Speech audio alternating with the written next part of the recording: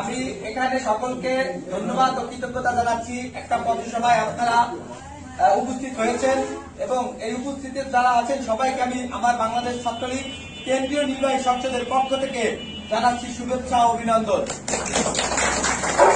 আজকে আমরা এই জায়গায় যারা একসাথে হয়েছি সবাই নৌকার পক্ষে, সৌরেন্দার পক্ষে আমরা ভোট চাইছি এবং আগামী 7 তারিখে নৌকার পক্ষে কাজ করার জন্য আমরা সকলে ঐক্যবদ্ধ থাকবো।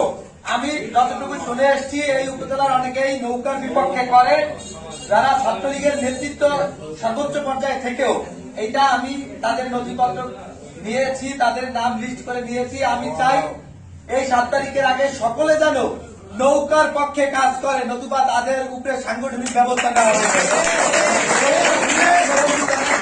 শেখ হাসিনা নৌকার পক্ষে কাজ করতে বলেছে এবং যারা এই পার্টি থেকে, এই দল থেকে সুবিধা গ্রহণ করেছে, সভাপতি সেক্রেটারি, তারা কেন নৌকার বিপক্ষে যাবে এইটা আমি আসলে বুঝি না। এটা আমার বোধগম্য না যে কিভাবে তারা যায়, যারা পার্টি থেকে, দল থেকে সবসময় সুবিধা দিয়েছে।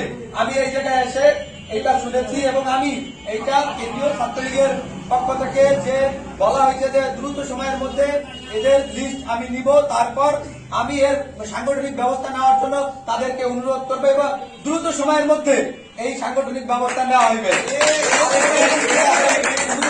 শ্রদ্ধেয় কাকায় আমি আর আসারি আমার ছোট ভাই, ও খুব ভালো ছেলে এবং আমি দেখেছি এই উপজেলা ছাত্রলীগের প্রেসিডেন্ট এত দক্ষ এবং এত শক্তভাবে নৌকাটাকে করতেছে।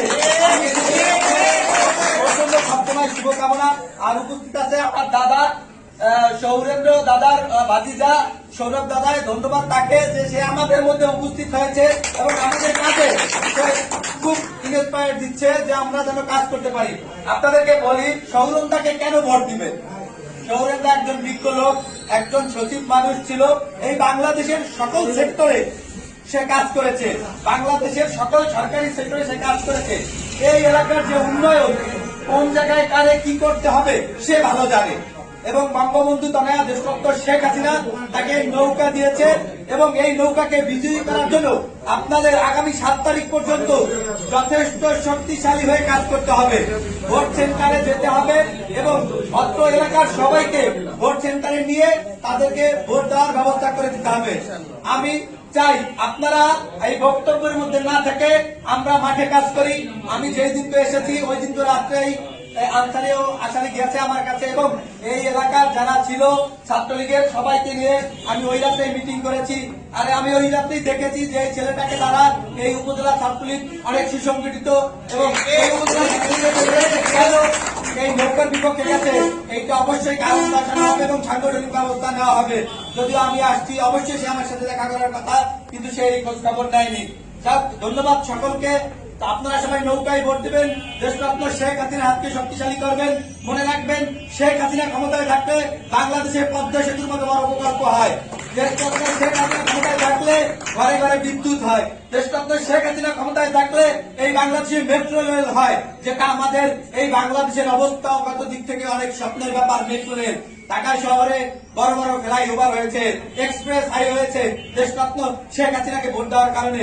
দেশরত্ন শেখ হাসিনাকে আপনারা ভোট দিবেন, আপনারা সৌরেন্দাকে ভোট দিবেন। সৌরেন্দাকে ভোট দিলেই দেশরত্ন শেখ হাসিনাকে ভোট দেওয়া হবে। আর দেশরত্ন শেখ হাসিনাকে ভোট দিলে দেশরত্ন শেখ হাসিনা দেশের প্রধানমন্ত্রী হবে এবং আবারও এই বাংলাদেশের উন্নয়ন করবে এবং আমাদের পাশে থেকে এই সৌরেন্দা কাজ করে যাবে। আপনাদের 2টা উপজেলা আমি খুব বিস্মিত হয়েছি, এই 2টা উপজেলা একটা পৌরসভা নাই, এটা আমি খুব ব্যথিত হয়েছি। বদলগাছিতে আমি গিয়েছি, একটা উপজেলায় যে ধরনের সুবিধা থাকা দরকার ওই সুবিধা ওই উপজেলায় নেই।